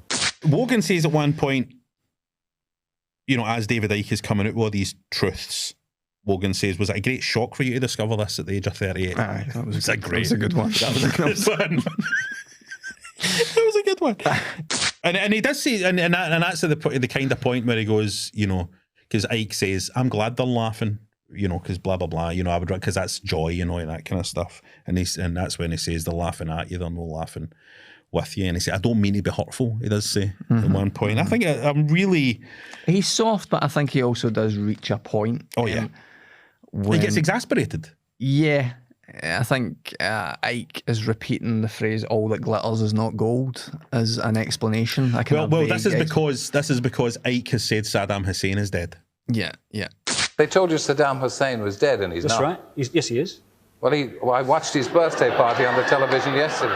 All I can say to you is all that glitters is not gold. Hang about and watch and wait. He was on TV. And Wogan says we just saw him celebrating his birthday last week on the telly. And he says all that glitters is not gold. Which is classic conspiracy theorist. Just you wait and see what the outcome is, and whatever the outcome is, I'll be able to say, well, I told you so. Yeah. And Wogan knows this because he's a man of certain years and experience. Yeah. So he can smell it. So, and he does ask David Icke, why you? You know, which Icke doesn't have a good answer for. No. He doesn't have really a good answer for any of the questions that he gets asked. He's essentially, he's guaranteeing though, he's guaranteeing without guaranteeing, but he's kind of saying, look, wait and see, because these cataclysms are going to happen in the near future, this year or whatever. Because if they don't, the Earth's finished. Now, we know now, this is the great thing about CVXX, we can now look back and go, well, they didn't happen, these things. And it's interesting to look at this retrospectively. They didn't happen, and Icke has since spent decades of his life spreading a really wide net of conspiracy nonsense. Well, he's no longer the son of God. No. But there were, as far as I'm aware, the royal family are still lizards. Well, he shifts. He shifts the belief to something else, which is a kind of alien lizard conspiracy. I think there's a hollow moon involved somewhere as well. Cool. Like James Bond. And so now it's that. I think the kind of concept of energy still exists. I think he still talks about these days a Luciferian energy or something. But there are lizards in it, and also a lot of the stuff he hits out with is kind of age-old, kind of conspiracy, like, you know, generations-old conspiracy stuff that's kind of stuff about Jews and stuff about it's all that. I've literally sat, because David, I'm sure he still does these. He used to, but I'm sure he still does these shows, live shows, and they can be like 8-9 hours long of him basically giving you PowerPoint presentations, and it is literally like, this shape is the same as that shape, that colour is the same as that colour. That's the level of research that the guy puts in. Yeah. There is no, you know, he's released multiple books over the years. He's outlived Wogan. The press claim that you claim to be the Son of God. Is that true? Yes, you see, the thing is that it's quite funny, really. You know, 2,000 years ago, had a guy called Jesus sat here and said these same things, you would still be laughing. It's really, really funny that we've not really moved on that much. There was just that one moment where Wogan was getting the "all that glitters is not gold" part of it. Icke, and it just kind of went right. It seemed like a full stop for him, and it was like, right, I see. Like, it kind of had a wee bit enough. And it's interesting that, isn't it? Because Wogan asks a couple of questions and gets that response, right? He asks a couple of questions, he gets that response, and he kind of chucks it. He goes, right, okay, fair enough, I'm not going to get anything out of you. Yeah. Something weird's happened in the world where conspiracy theorists still give those answers, but they get more time now. Like, people are far... That's what they want, conspiracy theorists. They want to fill the air with their own ego. Do you think... And perceived understanding. Do you think that... They're selling fake understanding is what conspiracy theorists do you think that is Icke a grifter? Yeah. Or did he... he genuinely have some kind of mental breakdown? No, he definitely did. Fueled by what I don't entirely know, but he's definitely had at least one huge mental breakdown. Do you think in that period he probably had a mental breakdown? Aye. Do you think he's recovered from that and has transformed it into a grift? Yeah, that's what I think. Because he's just pulling in all these... It's almost... Because once you're in, like, I mean, we're in CVXX. We get paid to make CVXX. Yeah, we're in. We're not getting out of this experiment. I mean, I'm no interested in getting out. Just to clear the record with Guff. We're all in with Guff. I've got no interest in leaving this experiment. But we're in. No, I mean, we couldn't even if we wanted to. Yeah, we're all in with Guff now. Yeah, well, you can't reverse it, can you? You can't reverse it. You can't be, in the 90s, I was the son of God. Mm-hmm. Now I'm just back to normal and I'm presenting shows on the telly. Yeah. So but also, do you feel that what he's done is that he's drawn in so many of these different strands of conspiracy theory, such as, Jewish blood libel stuff, such as extraterrestrial influence, such as, which is, because a lot of the stuff Ike says kind of veers into almost like Scientology territory as well, you know what I mean? But because of the kind of extraterrestrial influence over it. Do you think he pulls all these strands in because it's almost like widening the demographic? It's almost like expanding the potential of your audience? Happened naturally with like conspiracy theorists finding each other, and like once you're interested in conspiracy theory as a topic, then you will find out about these different things. I suppose that's possible. As a wee bit of research, I went onto some conspiracy theorist corners of the internet. Nice. To see how David Icke is perceived in the year of our Lord 2025. And he's a very divisive character, right? Because you will see people saying he's brought a lot of harm to the kind of conspiracy theory stuff because the lizard stuff just everybody thinks is crazy. You get people saying you can't take him seriously. He used to say he was Jesus, right? But then you also get a lot of people saying this is a guy speaking the truth who has been demonized. He's been cancelled. Because you don't see any David Icke stuff on YouTube. Where these people, not just Icke, but other people of his ilk, tend to get a wee bit of, I don't want to say respect, but a wee bit of traction is when they're talking about things like the rich, the ultra rich, and that kind of, and again, getting close to Jewish stuff as well. Yeah. He's just not a guy who's a product of, like a lot of these people, I think, get into difficult places in their life or get into difficult situations and then go, I'm going to be this guy now because then anything that happens to me, I can blame on this wider conspiracy that's out there. His situation is interesting because it doesn't seem like the worthy pressures on him. It seemed to have came out the blue a wee bit. It's also the fact he was British. He was a TV personality. The background doesn't feel right. You know what I mean? It does make him a more interesting figure. Do you think he is the son of God? No, I don't think he is the son of God. But I wonder. Let me talk about Philip K. Dick for a minute, right? So I think he maybe just found out that we're all the son of God. I think that's maybe what's happened to him. Philip K. Dick at one point thought he'd get like shot in the head with a big pink laser of knowledge or something for somewhere or something, right? So he had a weird experience that happened to him, right? And his response to that was to write a whole load of almost like a journal, like a diary about, I think I've been struck by some external force or some kind of spiritual thing, or maybe it's this, and he kind of explored it. But then he also went, I might have just imagined it, or it was some kind of mental break, or it might be some kind of fucking thing, and he rationalised it. And as a kind of intellectual and intelligent individual, Philip K. Dick analysed it and explored it and all of that. And I wonder if with some of these people like David Icke, maybe he had some kind of spiritual event, or not a spiritual event, but some kind of psychological event, which he couldn't contextualise that because he's not a Philip K. Dick, or maybe doesn't have, and this sounds brutal, although why am I worrying about being brutal?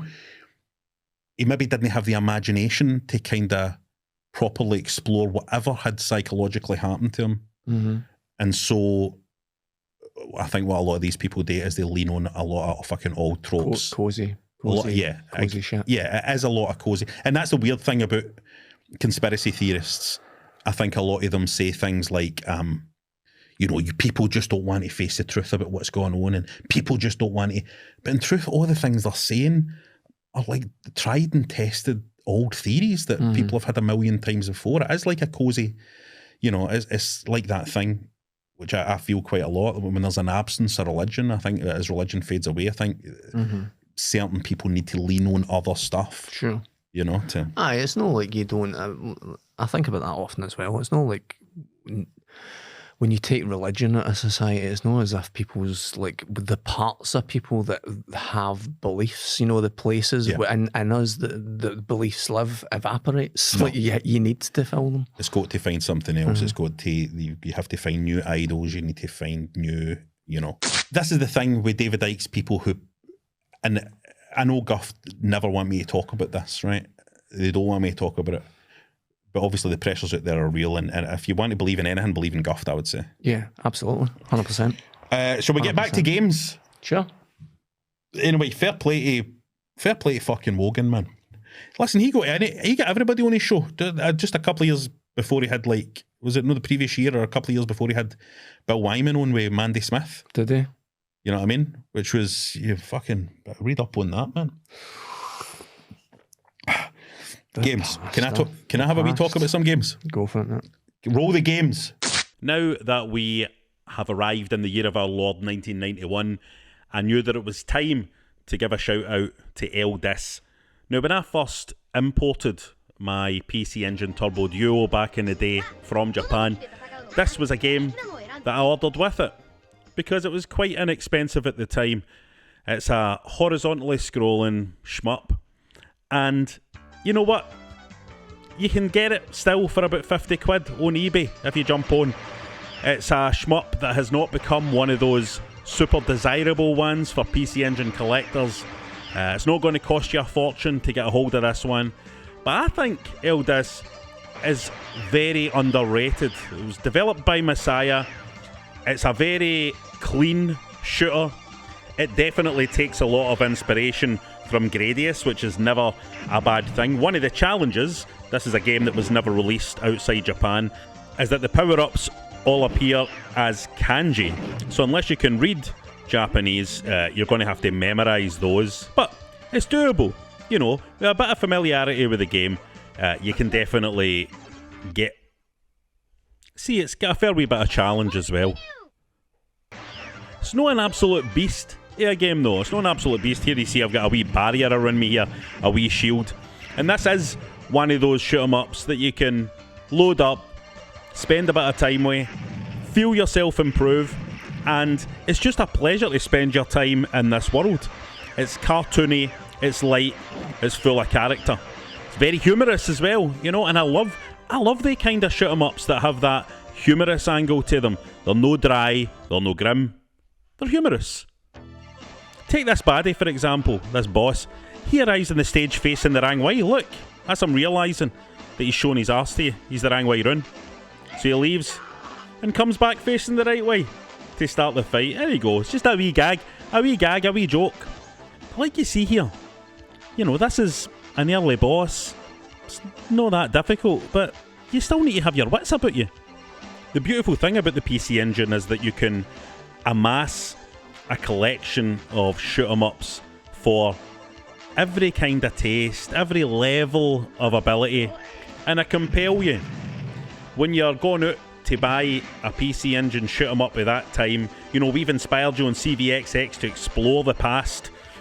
When you go and buy one of these games, don't just focus on all these expensive, desirable, collectible PC Engine games. There's also ones like this, Eldis, which is going to give you a fantastic time, a great challenge, and is only going to cost you 40, 50 quid on eBay. You know what I mean? So don't fall down that trap. Don't fall down that rabbit hole that's going to get you opening your wallet to a ridiculous extent. There's stuff like this, Eldis, that will keep you occupied for a long time. And it's beautiful. Look at this guy's hair. Look at his hair. Beautiful. I'm going to pick one specific one. What about that? A specific game? Tell me about it. It's not on the Amiga. Oh, I can't do that. Oh, for God's sake, make up your mind. It's always the same, isn't it? It's always the same. This guy can't. He loves games too much is the problem. He just can't make up his mind. You know what it is? I'm too self-defeating because I'm looking at some of these games and I'm going, I will talk about that. Oh, can I talk about that? Game's too important for me to talk about. Come on. What am I going to say about it? We want me to talk about Street Fighter 2? Hate crime incoming. It's fine, it's the 90s. This is, obviously, you know what it is. You know, hurry up. Street Fighter 2. When a game is as loved and respected as a Street Fighter 2, the subject matter can sometimes really get exhausted. There is nothing much I can tell you about Street Fighter 2 that you don't already know. I have this idea that it's so culturally significant, Street Fighter 2, that probably even non-gamers know about it, but that might be a misguided view. Now, I have a lot of positive feelings towards Street Fighter 2. You might be listening to this version and looking at this version going, this looks a wee bit washed out, does it not? A lot less colours than I remember. That music isn't as good as I remember either. Well, that's because I'm having a look at the Amiga version, because that was the version that I owned on all 7 fucking discs. Each character pretty much is on a different disc, so you need to go in and fucking swap the fucking disc every time you go to a new fight. Maybe this will be interesting to a lot of you then, because a lot of you won't have seen Street Fighter 2, the classic, iconic Street Fighter 2 in floaty Amiga vision. This is the version of the game that I played the most because, as I say, I owned it on all 7 discs. But incidentally, this maybe isn't very professional of me to mention this live on CVXX, but my Amiga copy of Street Fighter 2, all 7 discs, in the beautiful box, original Street Fighter 2, all 7 discs, was basically taken from me by a school bully. That was a Christmas gift from my father that I waited a long time for because it was actually delayed. And that school bully, probably in all likelihood, same age as me, late 40s, has probably thought nothing of that since. He's probably not thought about it in decades, but I've no fucking forgotten about it. Craig, I've no forgotten about it. I'm coming to your fucking funeral, Craig, and I'm getting my copy of Street Fighter 2, all 7 discs, and I better get the box as well. I'm going to your funeral. I'm walking up to your wife, your ugly morning wife, and if she isn't holding that box in good condition, with all 7 discs inside, she's getting tiger uppercutted ere your coffin.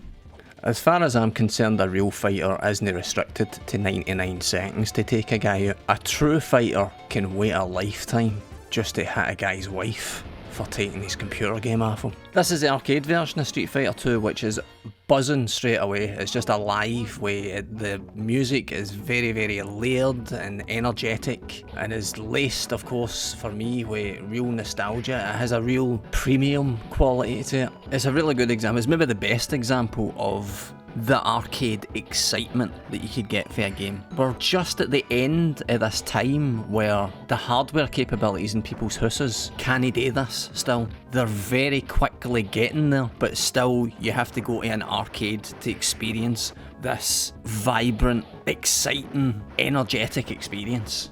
Looking into an arcade cabinet that's beaming this back to you, especially when the connection, the feedback connection between you and the game is so good. It was a buzz. Do you see how much energy he had left there? That always happens to me. I don't know why that keeps happening to me in these games, but it always happens to me. You better believe it was a buzz. You get the bus for your boring housing scheme that you're living in to travel into the big city, into the downstairs arcade. For some reason, going downstairs into an arcade makes it much more exciting. And you've got a pocket full of money that you can't really afford to spend. And you connect yourself to this machine and you feel something. Injustice in another world, a video game world, is when we are getting justice in this world and that world as well. Seeing you in action is a joke. Well, I'll tell you what, pal, I'm coming to your fucking funeral as well. Before we move on to, well, we need to move on. I'm saying before we move on, but we're moving on now to our movie. 7 months after her resignation as Prime Minister, Margaret Thatcher announces that she will stand down as a Member of Parliament at the next election. She's finished. It's over, baby. Burn the bitch. Sorry. You alright? I'm alright. You had a stroke? No, I'm fine. Right. So, Christopher Walken has appeared on this show, CVXX, twice. He's one of the main stars of CVXX, Christopher Walken. At close range. There's no career like Christopher Walken's. No career like it. No. At Close Range, Communion, we raved about the films. Before he's made at Close Range, he's done The Deer Hunter. Yeah. He was in Annie Hall. That was amazing, that scene. That he's in Annie Hall. But nobody gets out completely unscathed for CVXX. Let's talk about the 1991 Christopher Walken movie, McBain.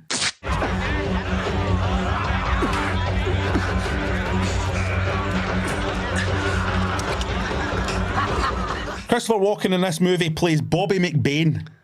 Great. Nailed it first time. First draft. Nailed the character name first time. Bobby McBain. You just look at him, didn't you? You just look at him and go, there's a Bobby McBain. You do, Bobby. His big floaty hair and his alien face. Christopher Walken does not look like a fucking Bobby. Right, well, Christopher Walken, this is going to go off like a load of dominoes here. Christopher Walken doesn't look like a mercenary who has been in Nam. Christopher Walken does not look like a welder. Which he is in this film as well. He is a welder. At one point, a lassie goes up on the roof to find him, and he's up there just in a black sweater with a welding mask on. It's a bridge. Welding.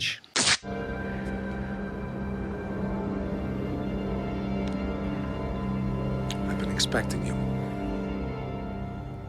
Benching. He's not a fucking welder. So let me explain to you. McBain was originally called McBain's 7. Was the original name of the film. Which makes a bit more sense. It does make a bit more sense, but is that no the worst fucking title you've ever heard? McBain's 7? Aye. It's pretty bad. So they changed it just to McBain. I think they should have actually called it Bobby McBain. I think it being called Bobby McBain. Anyway, it was written and directed by James Glickenhaus, who, to be fair to him, is involved in a lot of good stuff. He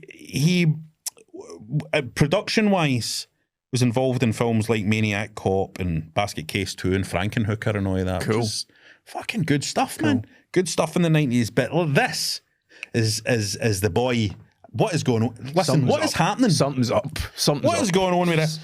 See, I watch a film like this and I go, gangsters. I go, there's got to be gangsters involved somewhere behind the scenes. The film isn't the main accountancy that's going on or something like $16 million budget. That doesn't make any sense. And it made something like fucking $500,000 or something, right? Is that an absolute? That's exactly how much it made. $500,000. So the film starts with we're in Vietnam. The film starts we're in Vietnam, right? How has he got this part? Is it because he was in The Deer Hunter? Yes. Is that it? That's and also because he'll just fucking date. He's like, whatever, give the money, I'm doing it. Because that guy that's in The Deer Hunter that's gone, I like the trees. I like the way the trees move. Yeah. One shot. That guy, that's not the same guy that's in McBain. This is the start of a series of films that you watch walking in where he knows it's fucking rotten. He knows this film's rotten. You're watching him pretty early on in the film and going, does that guy not want to be in this film? I don't even know so much it's like he doesn't want to be in it. I think it's almost like he's borderline amused by the fact he's literally in this. At times like hiding his face. My God. In the cafe scene. Aye. There's a cafe scene in this film and for the whole opening, he's like just sitting covering his face, which nobody fucking does. Walken likes to do things. It's almost like he goes, what would a human not do at this moment? And he does the thing. Yeah. But I think I've seen an interview where he says he does do that kind of thing. He kind of goes, I like to try stuff, and he fucking is trying stuff in this film. Anyway, it starts in Vietnam. Yeah. And you've got these four Vietnam men for Vietnam soldiers, right? Like guys that you would see in Platoon or something like that. Like they're no mercenaries, but what are they? Guys you would see in Platoon. Well, here's my issue here, right? Brothers in Arms is playing, by the way. That kind of regiment. I mean, cover version sung by a woman. Yeah. Right, so it's got all the Vietnam vibes going. Ryan, what was the average age of a combatant in the Vietnam War? 19. Exactly. 19. 19.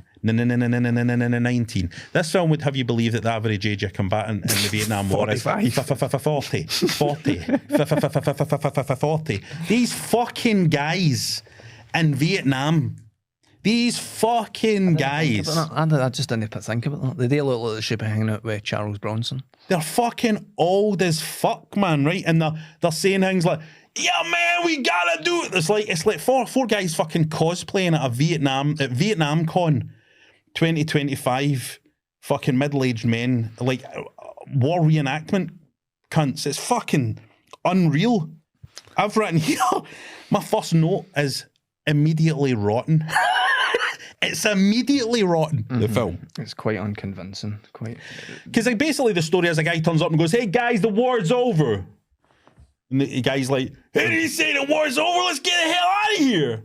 Because that's obviously how You talking about Roberto Sanchez? Yeah, I fucking don't know what I'm talking about, mate. Shut the fuck up.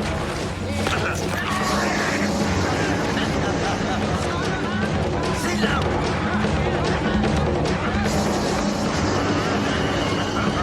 So the war's over, these four lads are leaving in their helicopter and they're flying out some like villagey looking bits and they see a big bamboo dome and they go, oh, we know what that bamboo dome means, there must be prisoners of war. Yeah. And this, so they'll have a big debate about, will we stop? Will we leave them? Can you live by yourself if we leave? And there was prisoners of war down there, and so they go, fuck it, let's go down there.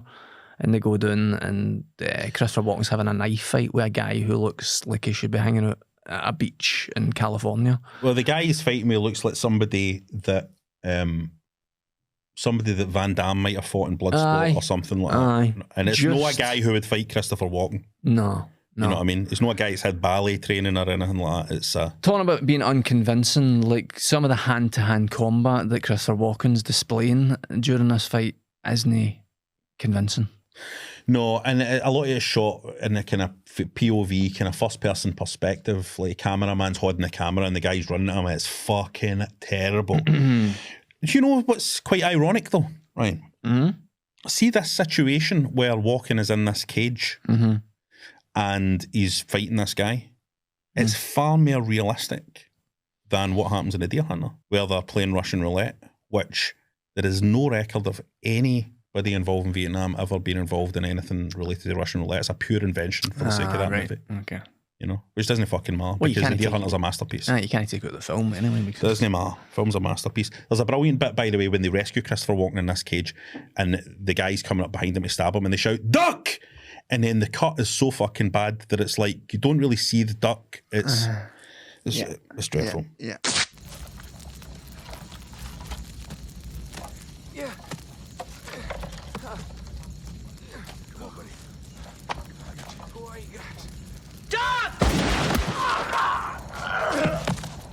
Anyway, then 18 years later, we're in Colombia, which No, sorry, mate, I went ahead of myself. So he gets rescued and Walken goes to Roberto Sanchez and actually goes to I'll owe you one.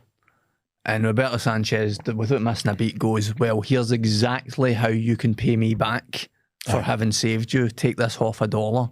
And there's I think he gives him an address or something. No, he gets all the details later. Just $50. He says, if it ever meets... But it doesn't go, like, Walken doesn't goes, you saved me. Nobody goes, don't worry about it. They go, no, this is how you can pay us back. This is how you will pay us back shortly in this film. Walken's said, I want 5 lines in this film. He said to the writer, don't give me any more than 5 lines.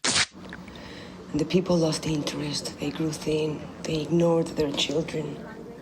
Before I remember, no matter how poor the people were, the kids had new clothes for Christmas. Now they don't have anything. Slowly, Escobar bought the country. So anyway, it's Colombia 18 years later. It just looks like they've turned the camera the other direction.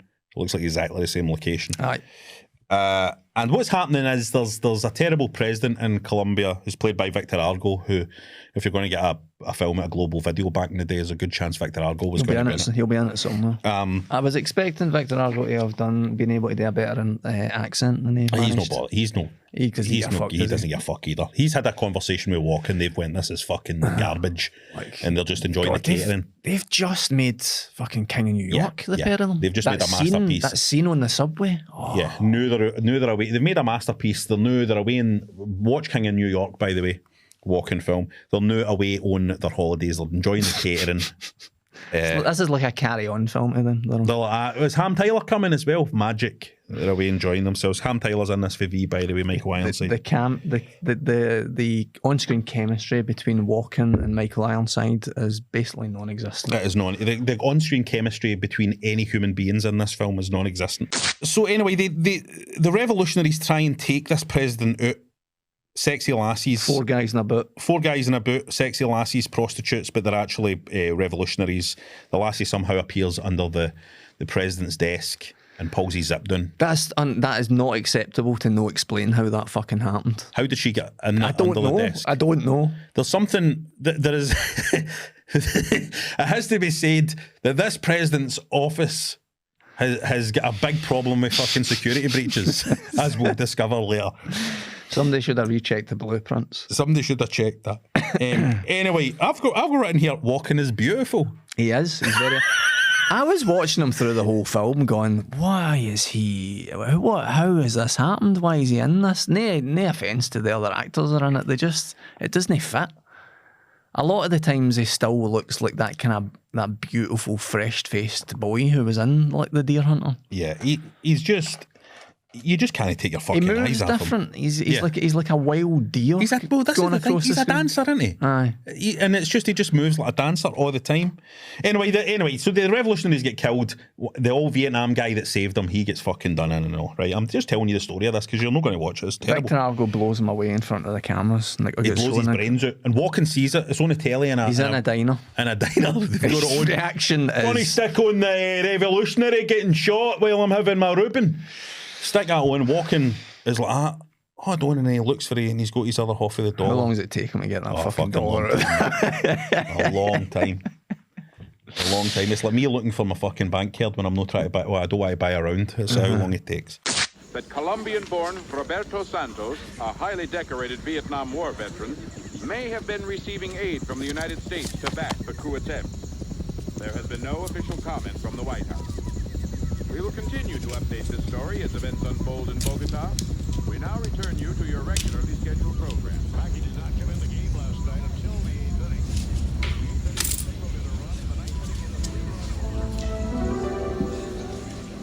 inning. War's over. Let's go home. His reaction when he sees him getting his brains, the guy who saved his life getting his brains blown out is quite muted. Yeah, but it's also, I don't know, I like it. I don't hate his performance in this, if I'm being honest. I thoroughly enjoy it, but I feel as if you could definitely make an argument that he's went, I'm going to give you about 40%. Yeah. So, the lassie who's the guy's sister, she raises money for the town and rides away in a donkey. Which she needn't have bothered because it was all fucking dollars and bits of all shitty rings and stuff that none of it looked like it was actually worth any money. Rides away on a donkey though. On a donkey. Only for about 100 yards. They have motors on it. They've got motors. She's only on the donkey for about 100 yards. I've no idea why. They've got motors, they've got fucking motorbikes, there's all sorts of stuff there, but she decides to get on this fucking knackered donkey. It was just in the air, wasn't it? It just felt like the moment to get on a donkey and leave. So then she finds Bobby McBain. She's like, I'm looking for, are you Mr. Bobby McBain? She gets the donkey to New York. She gets the donkey to New York. And he's up there on a bridge as a welder, apparently, right? Then he does this weird, he's chatting to her in a diner and he does this weird Woodstock, almost like anti-drug. Just talking about the way he moves and stuff like that, just the way he takes off that welding helmet is like the way nobody who's ever welded in their life takes off the welding helmet.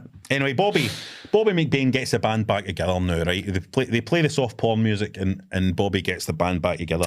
And everybody's all doing different stuff. One of them's a security guard, the Vietnam guys. That fucking bit where that security guard reprimands the ultra-rich for no being good to their employees is just so ludicrous. It's rubbish. One's a surgeon, one's a detective, a cop. You were supposed to protect Mr. Barton. Well, sir, it sounds like Mr. Barton was supposed to protect them. It looks like we both screwed up.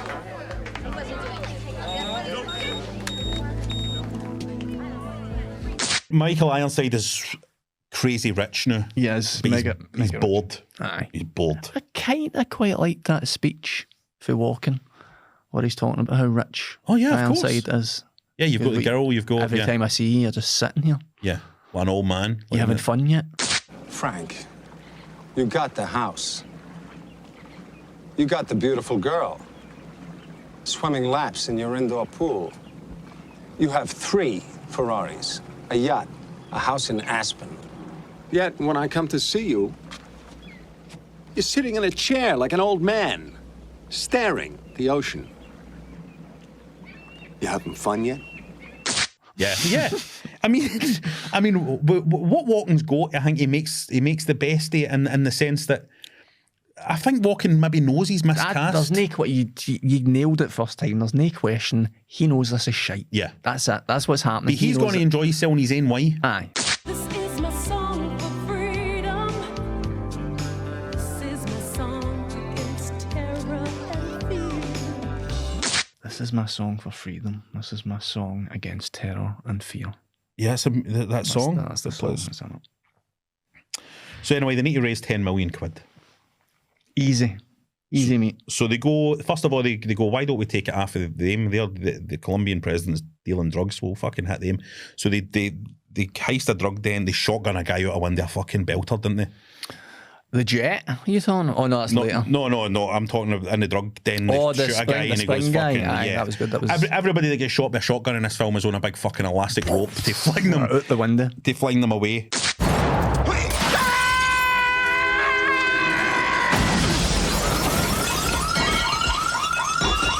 And then there's also this fucking hysterical scene where they kidnap this rich guy as well, didn't they?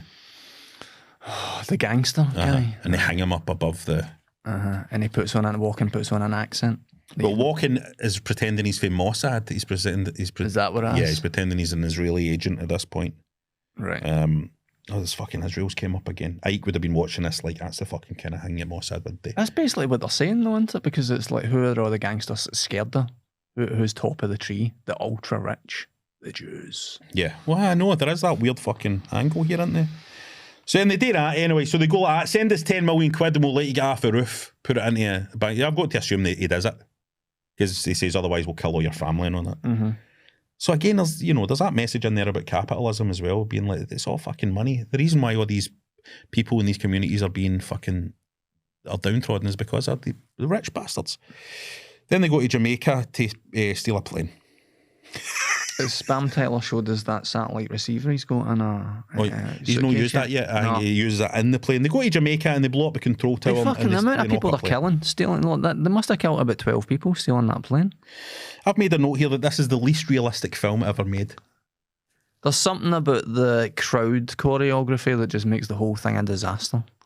Yeah. Even the main cast, like, there's something about blocking and stuff like that that's chaotic, but the crowd scenes in particular are just an absolute disaster. They blow things up and all that. There's a wee bit of the village gets blown up. But you're watching a wide shot and there's an explosion, and it's like you're watching like It's a Knockout or something.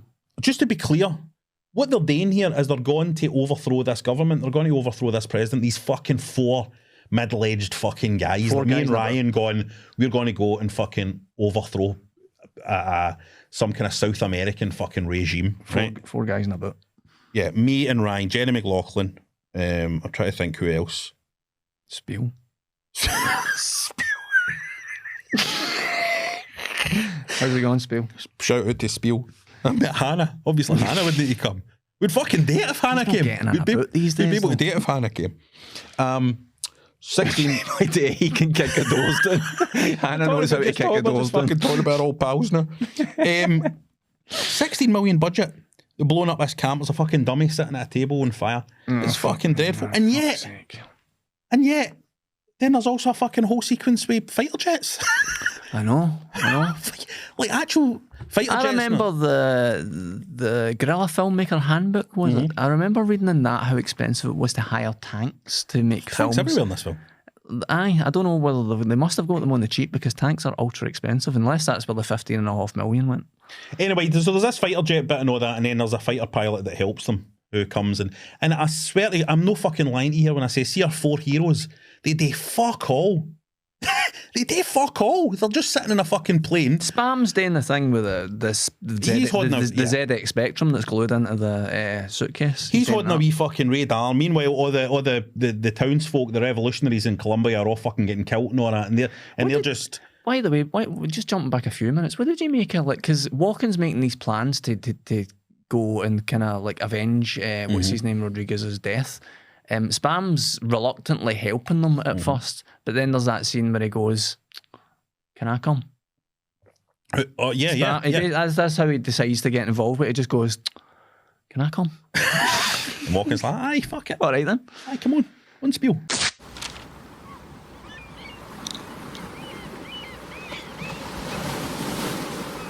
Can I come? Let's go. So there's a fighter jet flying alongside their plane, right? And the fighter jet's like, land this plane and all. And then Walken shoots him. Walken shoots through the window of his own plane, through the window of the fighter jet, and shoots the guy in the head. And I'm thinking to myself, this is the least realistic film ever made. That's maybe technically possible if you get the right angle. I don't know enough about the mathematics and physics. It doesn't seem possible, but it's certainly a 1 in a trillion shot. You wouldn't hire these guys to fucking wallpaper your bedroom. They're fucking hopeless, these guys. The pilot, by the way, who helps them, a jet fighter pilot, he kind of works out. Walken kind of goes like, your dad was in Vietnam as well, you know what I mean? So come on, so it's like we're Vietnam boys. Didn't take much convincing, did it? No, and then the fighter pilot's like, can I be part of the gang as well? And then later on in the film, can I die for the cause? But also, the guy becomes crucial to the plan. The guy wasn't involved until Walken's winging it. Walken as a mercenary is just winging it here. Do you think it's at all possible that guy is doing things that Walken should have been doing? He just went, maybe. Get somebody else. Yeah, I'm not doing that. Get him to do that. Anyway, Maria Conchita Alonso. Isn't allowed to wear a bra at any point in this film? It must be in her contract. Maria Conchita Alonso, she ends up getting to a studio when she can broadcast it to the world what's been happening. She's like, our children chew coca and their eyes glaze really, out. really fucking easy to take over the television networks of Colombia. Super easy. Like a surgeon. Basically walk in. A surgeon, two fucking guys who down the road, and Maria Conchita Alonso, with no even a fucking sports bra on, have managed to take over this broadcasting place. It's unexplained at any point why Maria Conchita Alonso is getting close and affectionate with Christopher Walken, because there's been no chemistry between them. No chemistry. No chat, no chemistry, but she's just throughout the film wanting to hug him and be close to him. They make the final assault on the President's Palace. Victor Argo is in there battering a guy with a baseball bat who's just kind of tied up in a bit of rope. Yeah, it's a kind of soft battering as well. I can't stress to you enough that Christopher Walken is making this assault on a heavily guarded presidential palace wearing a pair of dress trousers and a black sweater. Like your dad going to their races or something. He's turned up. It's a very fireworky fight, this. It looks like there's a lot of Catherine wheels going off and a lot of Roman candles. The way Walken dances there, the barricades and throws a grenade backwards. Yeah. It's delicious. Delicious. The choreography's all fucking dreadful. Anyway, so they mind the scene with the wee lassie who crushed her ribs for no reason. It took about 5 minutes, that scene. They had to do an operation on and a then wee they fixed lassie. them and Walken kind of smiled and walked away.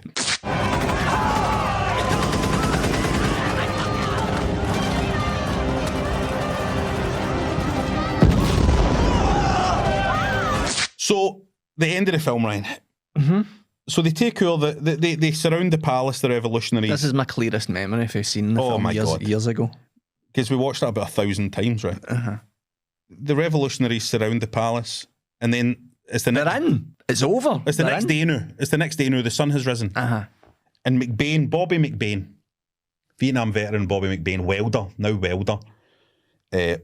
walks into the presidential palace. And he walks up to the president's office, and he's outside the office of the president, right? And the president's in there. Victor Argo, as the president's in there with a gun on his desk. And there's a guard at the door. But Walken just kind of goes like, nah. Nah, it's over. He's like, don't fucking, that's it, it's done, right? And so the guard's just like, fair enough. So the door's right there for Walken to walk in. But Bobby McBain, at this point, looks up at the corner of the room. Right, he looks up at the corner outside this office and sees a vent. It's not even that obvious that that's what he's doing, looking up at it. No. It's only on second viewing that I know that that's what he's looking at. So he sees this vent and he opens this vent and goes in. And then the next time we see Bobby McBain, he's exploding through the ceiling of the president's office, down, and I think fires his gun while he's coming down. It's not very clear. You don't really see it. It's not very clear. And kills Victor Argo. I don't know why he decided to do it, to explode through the ceiling. Maybe that prostitute had said, listen, you can come through the flare through the ceiling in this room. You can do whatever you want.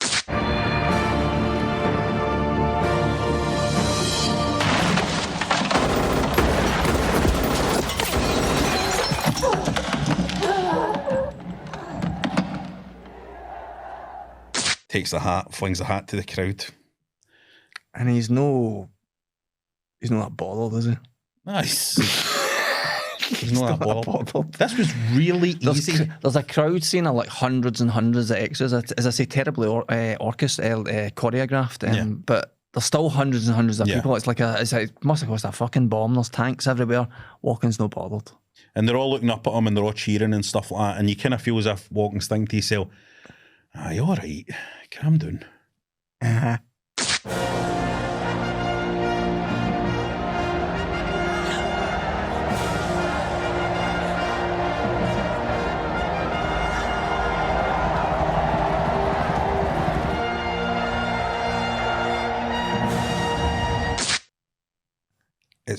She's in tears.